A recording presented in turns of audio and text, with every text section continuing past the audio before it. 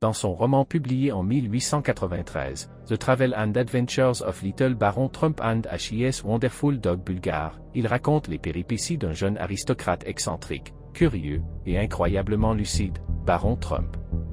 Mais attention, Baron Trump ne voyage pas dans l'espace comme un explorateur classique.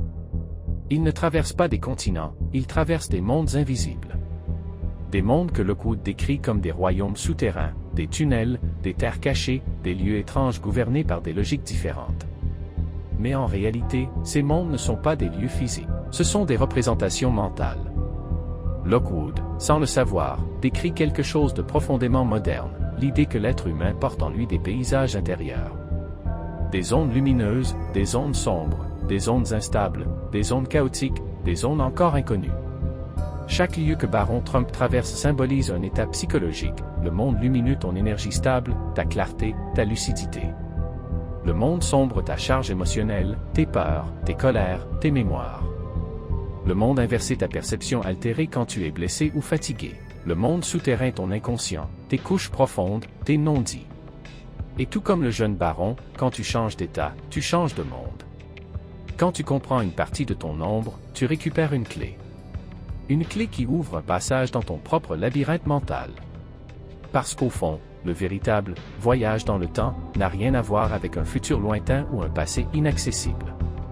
Le vrai voyage se fait en toi, dans tes lignes internes, dans tes mémoires, dans tes blessures, dans tes forces oubliées, dans tes intuitions que tu n'as jamais prises au sérieux.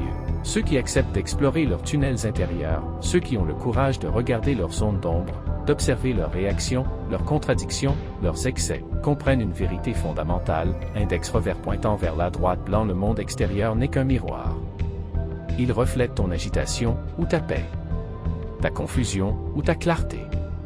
Et c'est à partir du moment où tu réalises ça que l'extérieur ne t'emprisonne plus. Tu arrêtes de subir. Tu arrêtes de réagir en automatique. Tu reprends le gouvernail, comme Baron Trump reprenait la direction de ses mondes imaginaires. Tu redeviens voyageur, pas spectateur, parce que chacun de nous porte en lui un labyrinthe. Mais chacun de nous porte aussi la lumière nécessaire pour en sortir.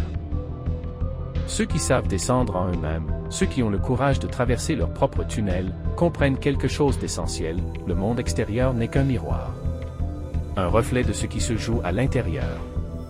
Et quand tu réalises ça, l'extérieur ne t'emprisonne plus. Tu prends le gouvernail. Tu redeviens voyageur, pas spectateur.